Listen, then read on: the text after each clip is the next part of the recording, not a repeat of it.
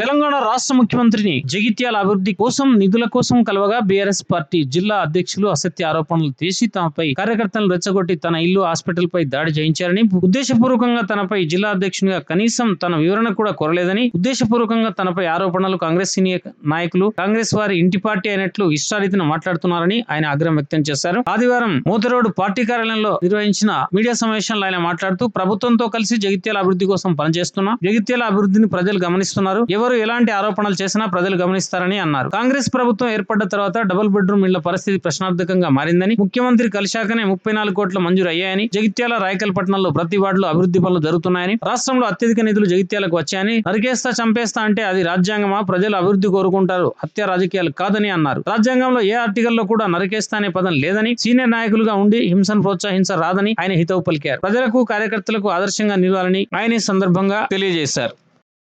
పత్రికా మిత్రులందరికీ నమస్కారం.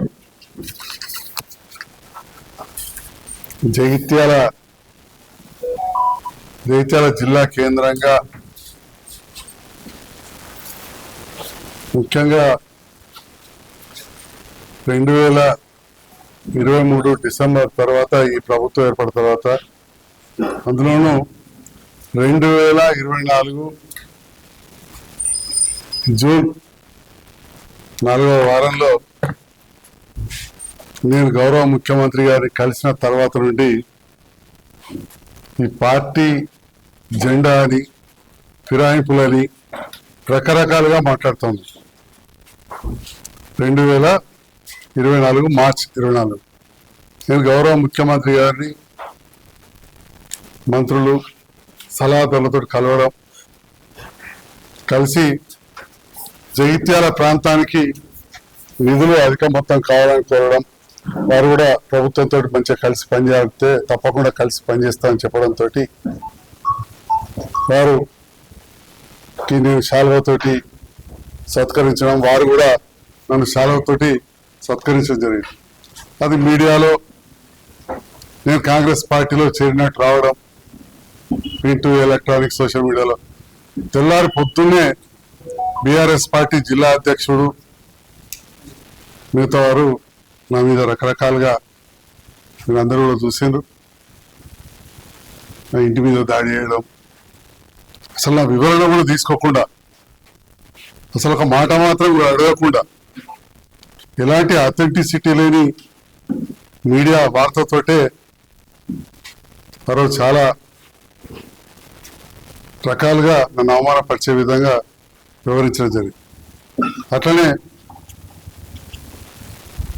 సీనియర్ నాయకులు, ఇక మనందరూ తెలుసు, ఇక్కడ మాజీ మంత్రి, వారు కూడా నేను మొత్తం చేరిపోయినట్టు, మొత్తం వారిదన్నీ లాక్కున్నట్టు, ఆ కాంగ్రెస్ పార్టీ వాళ్ళ ఇంటి పార్టీ అయినట్టు చాలా గందరగోళం జరిగింది. అది మీడియా ద్వారా అందరు చూసారు.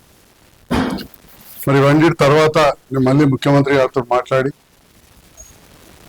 మరి మేము కలిసినందుకు ఈ రకంగా జరగడం, నేను నిధులు కావాలని కోరినా ప్రభుత్వంతో కలిసి పనిచేస్తానన్నమాట వాస్తవం అని చెప్పనగానే, అదే నెల చివరి వారంలో 5-6 రోజుల తర్వాత, ఎందుకంటే ఢిల్లీ పోయారు, ఢిల్లీకి పోయి వచ్చిన తర్వాత అక్కడ కూడా చెప్పారు, ఢిల్లీలో ఎమ్మెల్యే గారు ప్రభుత్వంతో కలిసి పనిచేస్తా అన్నారు. ఎందుకంటే నియోజకవర్గ అభివృద్ధి కోసం కావచ్చు, అదేవిధంగా వివిధ ప్రభుత్వ పథకాలు కూడా ప్రజలకు చేరాలి, చాలా రోజుల తర్వాత పెద్ద ఎత్తున రేషన్ కార్డులు, సన్న బియ్యము, ఉచిత కరెంటు ఇవన్నీ రాబోతున్నాయని చెప్పి మాతో కలిసి పనిచేస్తా అన్నారని చెప్పి కూడా గౌరవ ముఖ్యమంత్రి గారు ఢిల్లీలో కూడా మాట్లాడారు.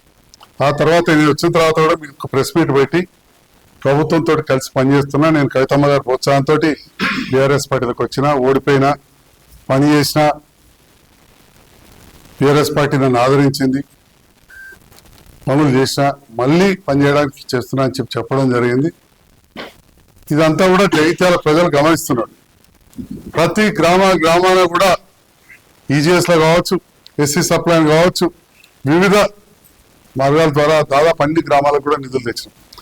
జగిత్యాల పట్టణానికి వచ్చిన నిధులు నాకు తెలిసి ఈ ఉమ్మడి జిల్లాలో ఏ పట్టణానికి కూడా రాలే. ప్రజలు అభివృద్ధి కోరుకుంటారు, మరి అలా కోరుకుని ఇవాళ ఎక్కడ చూసినా కనబడతా ఉన్నది.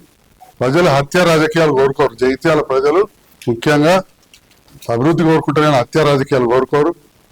కొందరు మాట్లాడినట్టు తలలు నరికేస్తామని చెప్పి అనడం అనేది ఏ రాజ్యాంగంలో లేదు, ఆర్టికల్ 19లో లేదు మాట్లాడేది. ఆర్టికల్ 21లో జీవించాక అందరికి ఉంటుంది.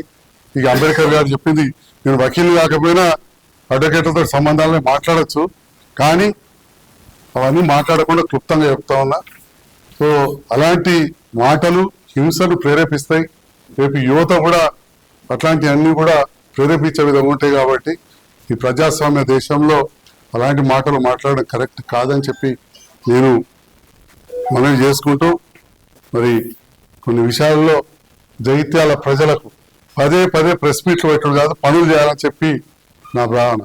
పనులు కోరుకుంటారు, అందుకని నేను ప్రెస్ మీట్లు ఎక్కువ పెడతలేను. చాలా మంది ప్రెస్ మీట్లు పెట్టి రకరకాలుగా మాట్లాడుతారు. ఈ ఆడికలు వస్తారు తండ్రి కొడుకులు ఇద్దరు, ఇక వాళ్ళంతా గొప్ప వాళ్ళు అంటే మాట్లాడతారు. తండ్రి ఎడికెళ్ళి వచ్చిండయా నాకు తెలియదా, నేను మెట్పల్లిలో ప్రాక్టీస్ చేసిన కురుట్ల కొన్ని రోజులు కాంగ్రెస్కి తిరుగుతుండే, నా సభ్యత్వం ఉందో తెలియదు. 96లో పార్లమెంట్కి ఇండిపెండెంట్ అభ్యర్థికి ఆఫీస్ పెట్టి పనిచేశారు. మెట్పల్లిలో ఎవరైనా చెప్తారు. 97లో తెలుగుదేశం పార్టీ జెండా మోసిండు, అలా టికెట్ తెచ్చుకున్నారు, ఇచ్చిర్రు. వాళ్ళు కాంట్రాక్టర్ కావచ్చు, పైసల్లో కావచ్చు, ఇంకేదో ఇచ్చిర్రు, ఓడిపోయాడు. అడుగుతున్న జెండా మోసం టికెట్లు అంటారు కదా, మాట్లాడుతున్నారు కదా. తెలుగుదేశం జెండా ఎన్నిసార్లు మోసారు కల్లకుంట విద్యాసాగరరావు గారు, మాకు తెలియదా? కొరట్ల మెట్పల్లి ప్రజలు తెలియదా? ఎమ్మెల్యే టికెట్ ఇచ్చి ఓడిపోయారు. తర్వాత జెడ్పీటీసీ అయ్యారు. చంద్రబాబు నాయుడు గారు వారికి ఇంజనీరింగ్ కాలేజ్ ఇచ్చారు. యువతకు అక్కడ మంచిగా విద్య వస్తుంది, ఉద్యోగాలు వస్తాయంటే అది నక్సలైట్లు వెళ్చిరా వీళ్ళు వెళ్చుకున్నారో తెలియదు, కానీ హైదరాబాద్ షిఫ్ట్ చేసుకున్నారు. హైదరాబాద్ షిఫ్ట్ చేసుకొని ఇలా డబ్బులు సంపాదించుకొని ఇవన్నీ మాటలు మాట్లాడుతా ఉన్నాం. ఇక మాట్లాడితే కొడుకు అయితే ఇక నా అంత ధనవంతుడు ఏదంటాడు. ఓకే, ఇవాళ ధనవంతుడు ఏంటి కావచ్చు, ధనం అనేది ఇవాళ ఉంటుంది రేపు పోతుంది. మస్తు మందిని చూసాం, పెద్ద పెద్ద గడిలు వేరు, పెద్ద పెద్ద నవాబులు వేరు, పెద్ద పెద్ద సీట్లు వేరు, కిందోడు మీదకి అవుతాడు. అహంకారం మనికిరాదు. ఒకసారి ఆలోచన చేసుకోవాలి మాట్లాడేటప్పుడు. కొరుట్ల మెట్పల్లి ఎందుకు కట్టలేదు డబుల్ బెడ్రూమ్, పెద్ద కాంట్రాక్టర్ కదా, ఎందుకు కట్టలేదు డబుల్ బెడ్రూమ్ ఇల్లు? ఇవాళ కట్టిన ఇచ్చిండ్రు అంటారు. వాస్తవేనయ్యా, ఎస్ కాంగ్రెస్ జే కాంగ్రెస్ అంటారు. కాంగ్రెస్ కాలంలో సీనియర్ నాయకుడు వారి ఆధ్వర్యంలో స్థల సేకరణ జరిగింది. ఇక స్థల సేకరణ అక్కడ ఎందుకు పెట్టిందంటే వాళ్ళు అంటారు ₹1,00,000 కొని 5 లక్షలు ప్రభుత్వం దగ్గర తీసుకున్నారంటారు, 2 లక్షలకు కొని 5 లక్షలు అంటారు. మొత్తానికి 5 లక్షల 2 లక్షల నాలుగు ఓదర్చుకోలేదు. కానీ స్థల సేకరణ జరిగి 4,000 ఇల్లు మొదలుపెట్టి ఆగిపోయినాయి. మరి 9కి వెళ్ళి 14 దానిక ప్రతిరోజు నేను విమర్శించే వాళ్ళని ఇద్దరు అడుగుతారు. ఎందుకంటే వీళ్ళు వాళ్ళు ఫోన్లలో మాట్లాడుకుంటారు. ఇక్కడ కాంగ్రెస్, అక్కడ బీఆర్ఎస్ మెట్పల్లి. నేను అడుగుతున్నా, 2009కి వెళ్ళి 14 దానిక కాంగ్రెస్ ప్రభుత్వం ఉంది. 4,000 ఇళ్లలో ఒక 400 ఇళ్లను ఎందుకు పూర్తి చేయలేదు? మీరు పూర్తి చేయకపోయేపటికే కదా. అప్పుడు నేను ఓడిపోయిన తర్వాత నాకు ఆలోచన వచ్చింది. ఎందుకంటే ఆ జాగా వ్యవహారం నాకు కొంత తెలుసు. రావణపేట నూకపల్లితో నాకు సంబంధం లేదు. మొన్న కూడా ఇటుకల పోతే ఆ జాగాలు పోయిన వాళ్ళ కుటుంబ సభ్యులు అమెరికాకి వచ్చి మాట్లాడుతుంది, రెడ్డిస్ పిల్లలు మా జాగా పోయింది అని. దాని విషయానికి నేను పోకుండా, వ్యక్తిగత విషయాలకు నేను పోకుండా, మరి ఎందుకు అట్లా 9 నుంచి 14 వరకు ఆలోచించాలి అప్పుడు. మరి ఇదే తండ్రి కొడుకులు చాలా పెద్దవాళ్ళు, కోటీశ్వర్లు, కాంట్రాక్టర్లు, రాజకీయ అనుభవం ఉంది, ఇప్పుడు బాగా సంపాదించారు. అంతకుముందే నాకంటే ఎక్కువ లేకుండే కానీ ఈ తరంలో సంపాదించారు. కాదనం, కాలేజీలు ఉన్నాయి కాదనం, ఫామ్ హౌజులు ఉన్నాయి కాదనం. మనం ఎందుకు అట్లే కొరుట్ల మెట్టుకుని కాడ కేసీఆర్ ఇచ్చినట్టు. అవును, కేసీఆర్ గారికి కేటీఆర్ గారికి మీరే ఫ్రెండ్ కదా, మీరెందుకు కట్టాలే? వీళ్ళు మాట్లాడితే ఏం చెప్తామండి? కొరుట్ల మెట్టుకెళ్ళి ప్రజలకు తెలియదా? తెలుగుదేశంలోకి వెళ్ళి ఇన్ని వేసుకొని ఇంజనీరింగ్ కాలేజ్ అన్ని చేసుకొని ఆర్టీసీ జోనల్ చైర్మన్ పదవి తీసుకొని టీఆర్ఎస్లోకి వచ్చారు. టీఆర్ఎస్లో గెలిచి కాంగ్రెస్కు ఓటేస్తే కేసీఆర్ గారు సస్పెండ్ చేసే విషయం అందరికీ తెలుసు కదా. మరి తండ్రిని సస్పెండ్ చేసేది కొడుకు తెలియకుండా ఉంటుందా? కొడుకు కూడా కేటీఆర్ గారికి ఫ్రెండ్ అని చెప్తారు కదా. మీరు ఫస్ట్ చక్కగా ఉన్నాక మమ్మల్ని మాట్లాడాలి. ఇవాళ ఇక్కడ సీనియర్ నాయకులు మాట్లాడతారు, నరికెత్తాం, జెండా పట్టి ఉనికిస్తాం. ఎన్ని రోజులు తెలుగుదేశం జెండా పట్టిందని చెప్పి ఆనాడు 83లో తెలుగుదేశం టికెట్ తెచ్చుకున్నాను. నేను అడుగుతున్నా, ఒక బీసీ నాయకుడు రాజేశం గౌడ్ గారు పార్టీ పెట్టినాడు, తెలుగుదేశం పార్టీ జిల్లా అధ్యక్షుడై దోస్తాన్ని పరిచయం చేస్తే జగిత్యాల టికెట్ మరి ఎన్ని రోజులు మూసినా తెచ్చుకున్నారు, అప్పటికప్పుడు తెచ్చుకున్నమాట వాస్తవం కాదా? మర్చిపోయారా? ప్రజలు మర్చిపోతారా? పోని తెచ్చుకున్నారు. అందులో ఎన్టీ రామారావు దించేసి నారాయణ భాస్కర్ రావుతో కలిసి మళ్ళీ ఆ తర్వాత కాంగ్రెస్లోకి వచ్చి కాంగ్రెస్ టికెట్ తీసుకున్నారు. కాంగ్రెస్ టికెట్ జెండా ఎన్ని నెలలు మూసారు? మా భూషణ్ వాళ్ళకి తెలియదా? గతంలో రత్నాకర్ రావు గారు ఇక్కడ ఇన్ఛార్జ్, సంతి ప్రెసిడెంట్, ఎమ్మెల్యే పోటీ చేసి ఓడిపోయాడు. చెప్పా చేయకుండా కాంగ్రెస్ పార్టీలో ఏరలేదా? రత్నాకర్ రావు గారికి చెప్పే చేరిందా? అటెంక టికెట్ తీసుకోలేదా? ఇవన్నీ జగిత్యాల ప్రజలకు తెలియాలనుకుంటారా? కానీ పదే పదే మాట్లాడుతున్నారు కాబట్టి ఒకసారి నాకు చెప్పాల్సిన అవసరం ఉంది. ఇవాళ ప్రభుత్వంతో కలిసి పనిచేసే వాళ్ళని గెలిపియండి అని చెప్పి గౌరవ ముఖ్యమంత్రి గారు మొన్న కూడా నిర్మల్ సభలో కోరారు, అంతకుముందు ఉస్మాబాద్లో కోరారు. నేను కూడా ప్రభుత్వంతో కలిసి పనిచేస్తున్నాను కాబట్టి రేపటి నాడు కొంతమంది జెండా మోయని వాళ్ళకు కూడా టికెట్లు ఇస్తారు. ఆనాడు మీరు తెలుగుదేశం నుంచి 2014లో 6 జెండా మోయని వాళ్ళకు కాంగ్రెస్ టికెట్ ఇవ్వలేదా? అప్పుడు మర్చిపోయారా? కాంగ్రెస్ జెండా మోయని వాళ్ళకు, తెలుగుదేశంలో క్రియాశీలకంగా ఉన్న వాళ్ళకు కాంగ్రెస్ టికెట్లు ఇచ్చిందా లేదా? అంటే మీరు ఇస్తే అంత కరెక్ట్, ఇంకోళ్ళు చేస్తే ఇన్కరెక్టా? మీరు చేస్తే సక్రమం, ఇంకోళ్ళు చేస్తే అక్రమం, తప్పు. మీరు చేస్తే ఒప్పు, ఇంకోళ్ళు చేస్తే తప్పు. ఇదేనా? అందుకోసం ఆ కాలంలో చాలా నిజాయితీగా ఉన్నప్పుడు అప్పుడు మాట్లాడితే ఒక లెక్క. ఒకనాడు ఇదే సీనియర్ నాయకుడు కాంగ్రెస్ పార్టీలో ప్రముఖ పాత్ర పోసినప్పుడు టిఆర్ఎస్ పార్టీలో చేర్చుకున్నాడు. ఇప్పుడు నేను ప్రభుత్వంతో కలిసి పనిచేస్తే ఎంత లొల్లి చేసారో వాళ్ళు ఒక 10 పైసలు చేసినారే. కొన్ని బాగా పాత్రలు విడిచిపెడదాం. తెలుగుదేశం పార్టీలో గెలిచిన శ్రీనివాస్ యాదవ్ గారు టిఆర్ఎస్ పార్టీలో చేరిలో తెలియదు, చేరలేదు, మంత్రి పదవి ఇచ్చారు. అప్పుడు మీరు అసెంబ్లీలో నేను ఓడిపోయాను. ఏమైనా అసెంబ్లీలో ఇంట్లో 5% మాట్లాడిందా అని అడుగుతున్నా.